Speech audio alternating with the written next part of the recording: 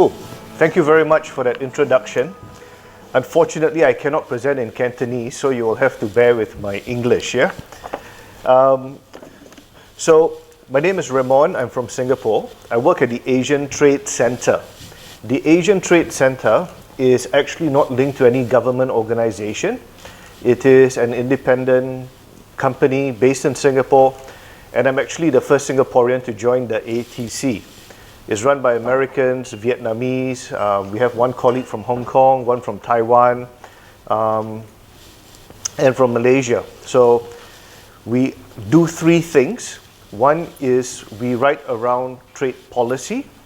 So whether you're talking about the CPTPP, which is quite famous now. This morning, President Trump said that he wanted to join the TPP again. Yeah, he pulled out of the TPP. Now he says he wants to go back in again. So we do a lot of advocacy work.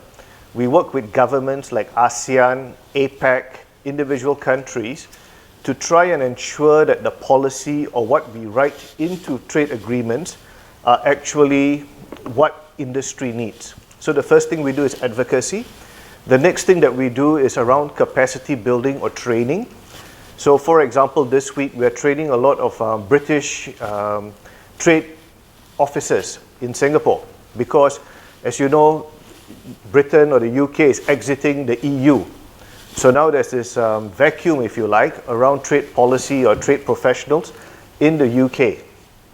So we're doing a fair bit of training around that. We've got about 12 different countries, UK or British trade professionals in Singapore doing training with us. So we do advocacy training, and lastly we do implementation. So I'm going to be talking about free trade agreements, FTAs.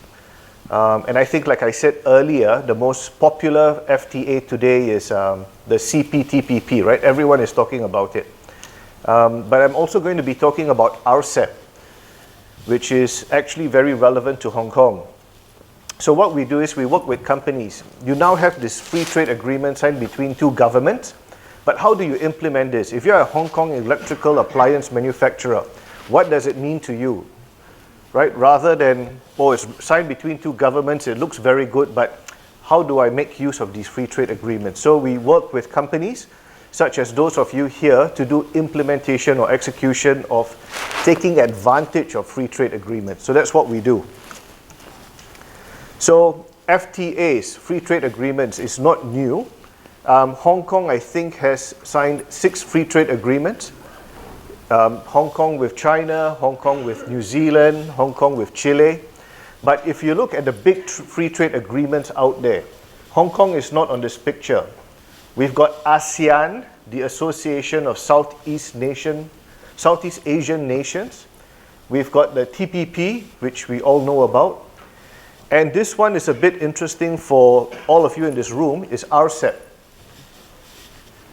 The Regional Comprehensive Economic Partnership.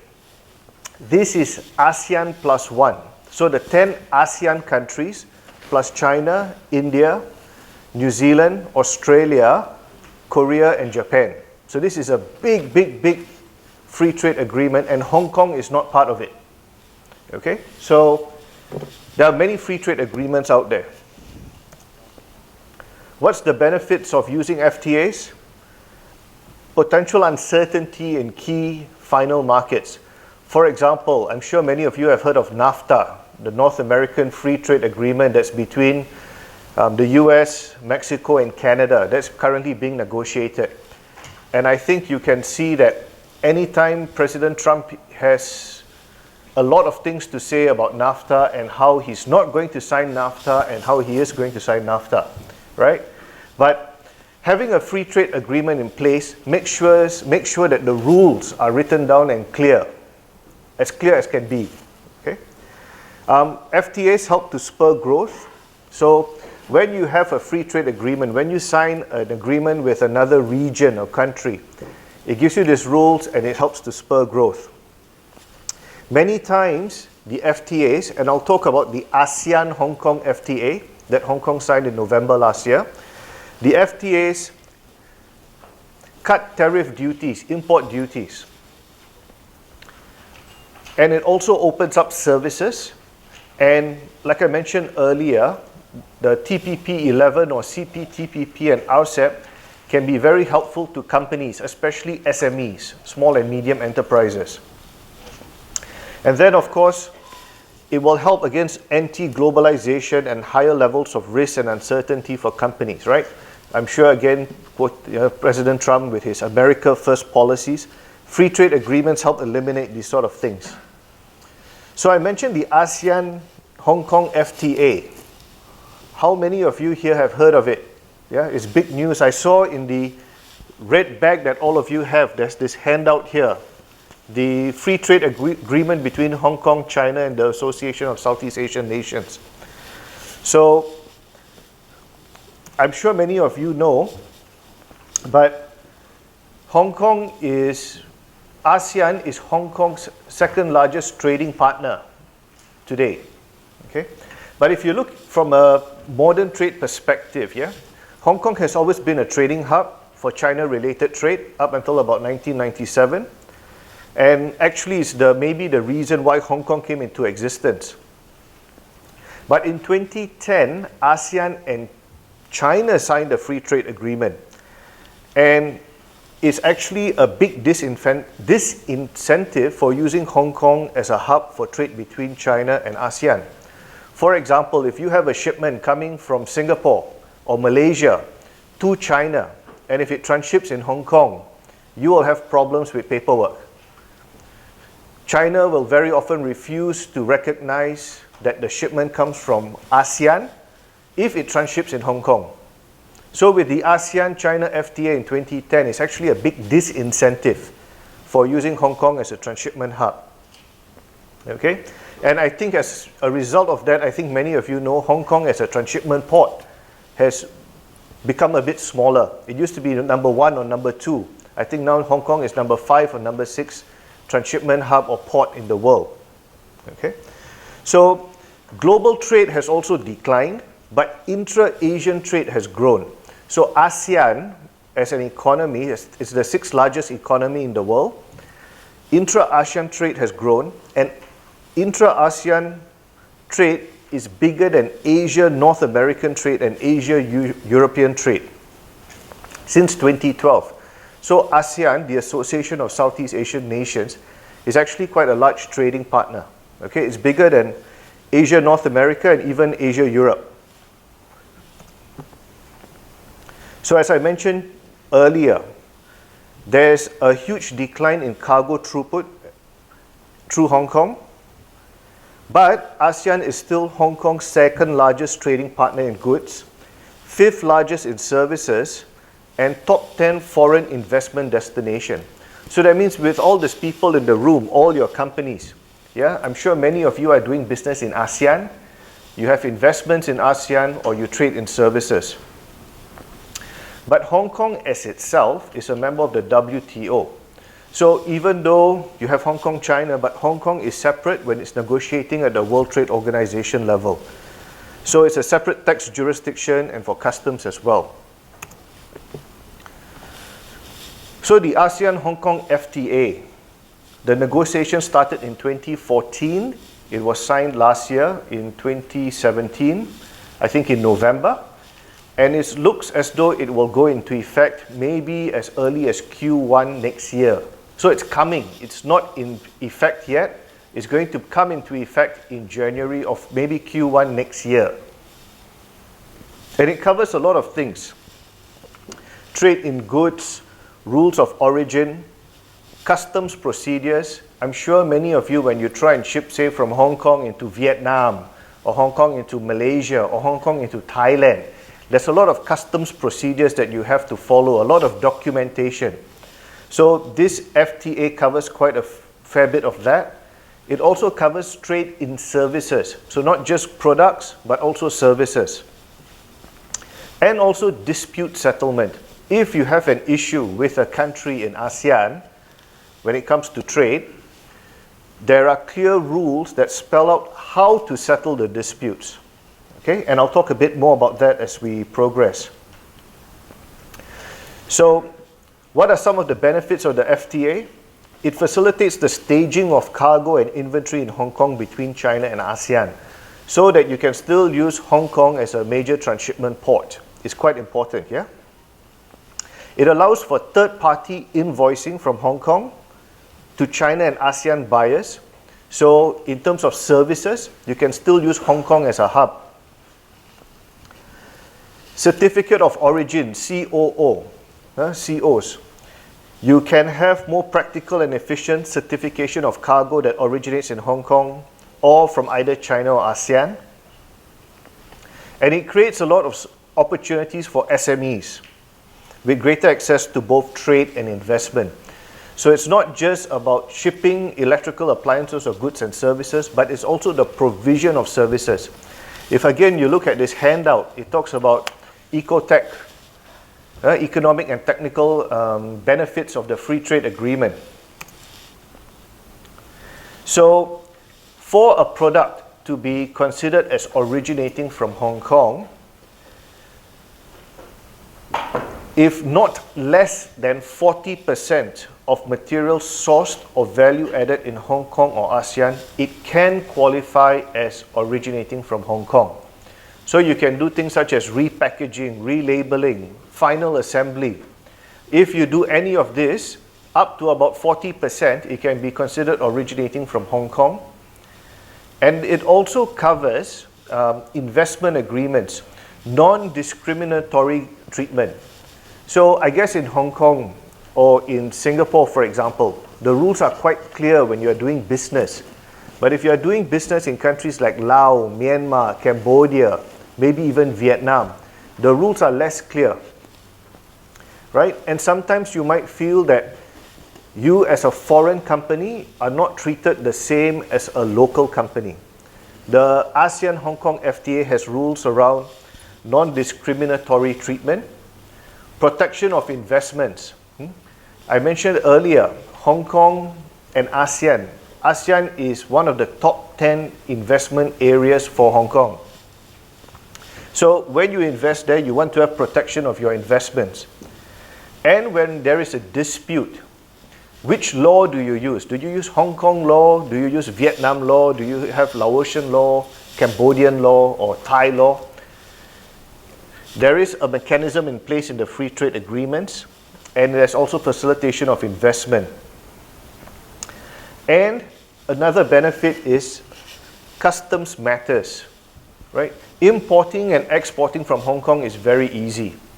Many years ago, about 20 years ago, I used to work as a freight forwarder, working for a logistics company. And every time we ship to Hong Kong, it's very easy. No permit, free, no tax, no duty. It's a free port. But it's not the same when you go to countries again like Vietnam or Thailand or Indonesia or Malaysia. So you want to have clarity around these customs agreements. And that's part of what this ASEAN Hong Kong FTA does for you. So for electrical appliances, this comes under HS Code, Harmonized System Code Chapter 85.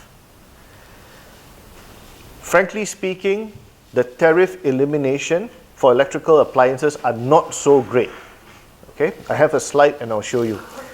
You will still be paying tax and duty when you export to any ASEAN country. It only covers about 50 to 70% of the tariff lines. So under Chapter 85 in the HS Code, it covers all sorts of electrical appliances, and it only covers about 50 to 70%. The phase-out period for low tariff base rates are long, usually between 7 to 9 years. And a lot of the higher tariff lines are not covered for countries like Laos, Myanmar, Thailand, and Vietnam. So for electrical appliances, it is covered under the ASEAN Hong Kong FTA, but it is not a very interesting or not very fantastic in terms of what you get out of it. So if you look at this table, these are the ASEAN countries. The tariff that you pay is between 5 to 30%, or 1 to 30%. Singapore, of course, is not on this list because Singapore is, there's no duty. Yeah? Singapore, you only pay GST. So of the other 9 countries, you pay anything between 1 to 30%. And the phase-out period, if you look at it, it takes as long as 13 years where you'll end up with no tariffs. Okay, so it's a very long period. Cambodia, even up to 19 years. Most of us won't be around in 19 years. I won't be, yeah? Okay? So, but there's also benefits around the rules of origin, regional value content, changes in tariff classifications, and as I mentioned earlier, it covers IP and dispute settlement, intellectual property and dispute settlement. So if I say, why is the ASEAN-Hong Kong FTA not that great? Why am I standing here talking about it? Okay. I think the main reason why we have the Hong Kong ASEAN FTA is because of RCEP. So the Regional Cooperative Economic Partnership, that's the 10 ASEAN countries, plus China, Japan, China, India, Japan, Korea, Australia, and New Zealand. This ASEAN-Hong Kong FTA is a pathway for Hong Kong to get closer to RCEP, because in order to be part of RCEP, you need to be an ASEAN plus one FTA signatory. So RCEP is a mega FTA. And why? It's driven by growth in supply chains across the region. Can you imagine having a free trade agreement that includes the 10 ASEAN countries plus China plus India? China and India don't have a FTA between each other. This will be the first FTA that they'll be signing, if it ever gets signed. Australia, New Zealand, of course, big markets, and then you have Japan and Korea. So it locks in domestic economic reforms. It gives you more confidence. It encourages FDI, foreign direct investment. And it considers standardized measures to make trade easier. The framework is still being discussed. This year, Singapore is the chair of ASEAN. We are talking about hoping to get it concluded by this year, but I don't think it's going to happen, yeah? There's getting 16 countries to agree that this is how we do business with each other. It's not easy, especially when you have China and India involved in it. Plus you've got Japan, you've got Korea. It's a very challenging negotiation. Some people say it will be signed this year, but I doubt it. Maybe the final deal might take place in 2018. In order to be part of this agreement, you must have ASEAN plus one to get into RCEP in the first place. Now, I was at a conference about 2 weeks ago, and they introduced the RCEP as being China-driven. It's not being driven by China, it's being driven by ASEAN. Okay? And there is a wide variation. There are many FTAs. If you looked at my first slide earlier, there are many FTAs signed between all the ASEAN countries, individually, as well as, say, between ASEAN and Australia, Singapore and India. There are many FTAs. So what we're trying to do is have a bit of consistency amongst all these 16 countries. And in general, we're talking about 73.3% of goods and only less than 1% excluded. And as I mentioned, there are many FTAs, but if you look at the variability between the FTAs that are in place today, it varies greatly. And for example, the ASEAN and Australia, New Zealand FTA is probably the best. And some that are not so good is probably like the ASEAN-India FTA. Okay, so there's a lot of variability in the FTAs. The RCEP is hoping to have a bit of consistency around all these FTAs that exist or could exist between the 16 countries. RCEP doesn't have a lot of rules around services, and also a lot of investment commitments are missing from this RCEP agreement.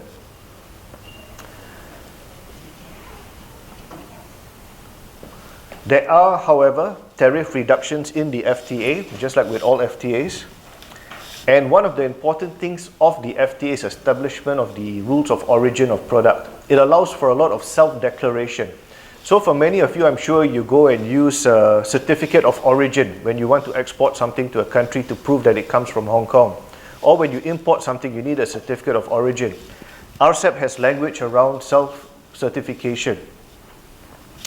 And it's also supposed to have better trade facilitation for faster, easier processing of goods at customs.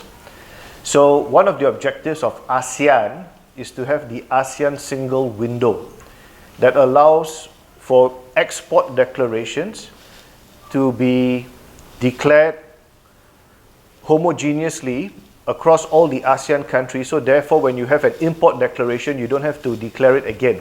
Once you declare the export declaration, it's cleared for import into another country. Again, I don't think it will happen this year, but it's an objective of ASEAN, and there's talk of it being extended to RCEP as well. But this will take time. It won't happen this year, it won't happen next year, it probably won't happen for the next 2 or 3 years. So, RCEP is not the TPP, yeah? The CPTPP is a more comprehensive free trade agreement. So if you say that TPP has its standards here, RCEP has a standard here. So it's of a lower standard, if you like.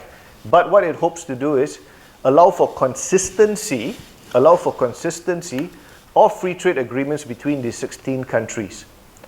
Because per my slide earlier, you've got high variability in how free trade agreements have been signed between different countries. So it's very challenging. If you're an exporter of products out of Hong Kong to any of these countries, the rules that you have in Malaysia, for example, don't apply to the rules that you have in India or to, say, Australia and New Zealand. So what RCEP hopes to do is have a common platform that we can all use. There's services and investment, and also some work on standards, legal and intellectual property. RCEP has a large focus on SMEs, which is perhaps very relevant to all of you here in this room. And one of the things that it hopes to do is allow or help smaller firms to grow. So for example, I mentioned at the Asian Trade Center, we're also the Secretariat for the Asian Business Trade Association. So around the work that we do, 90% of our work, or 90% of our members actually come from SMEs. And the capacity building work that we do is in helping these smaller companies export. So RCEP has things such as e-commerce and digital topics in it as well. And the key issues that it's trying to address is around cross-border data flows, data localization, which is a big thing, yeah? Data privacy, security, consumer protection, and so on and so forth. It's quite a lengthy document. If any of you have any specific points on this, you can always drop me an email and I'll share it with you. So there have been 20 rounds of RCEP negotiations so far. At every round, the Asian Trade Center is present. We either present at it, or we attend, or we facilitate discussions between the ASEAN countries. And the biggest stumbling block is the market access for goods. Okay, and one of the biggest countries holding this up is India. And the focus is around the opening of markets to one another for the first time. I mentioned, for example, earlier, China and India, they do not have a FTA. So this will probably be the first free trade agreement that will exist between China and India if it happens. And once it's completed, it will take at least another year before entry into force. So say, for example, the Hong Kong ASEAN FTA was signed last year, but it'll probably only enter into force in Q1 or Q2 of 2019. So even if this RCEP is signed this year or next year, it will take a couple of years before it enters into force. Same thing for the CPTPP.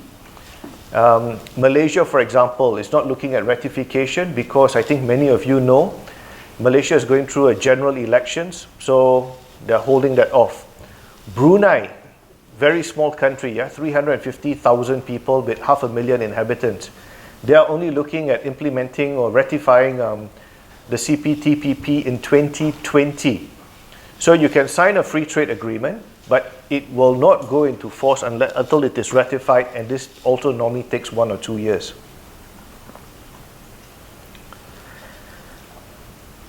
The RCEP wording is also very flexible.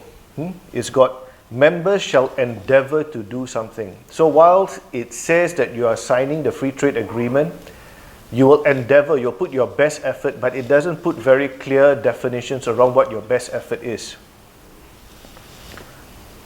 And the implementation will be very important at a domestic level, because even once it's signed, in many countries you have customs and you have trade departments. So like in Singapore, we have the Ministry of Trade and Industry, you've got the Department of Trade and Industry in Thailand and the Philippines. So very often, customs, for example, their objective is to increase revenue, collect as much tax and duty as they can. But trade agreements remove these sort of barriers or duties. So even within countries, you've got different departments working at cross purposes to each other. So even after the trade agreement is signed, is ratified, implementation at the country level is a bit of a challenge. And some countries, like say Indonesia, Vietnam, the regulators or the executors of these policies, sometimes they are not so easy to deal with. So it takes some time, it takes some training, some education, some lobbying even. So like I mentioned earlier, RCEP is not CPTPP. The TPP is much broader. It covers markets for all goods, including agriculture, services, so on and so forth. TPP is also deeper.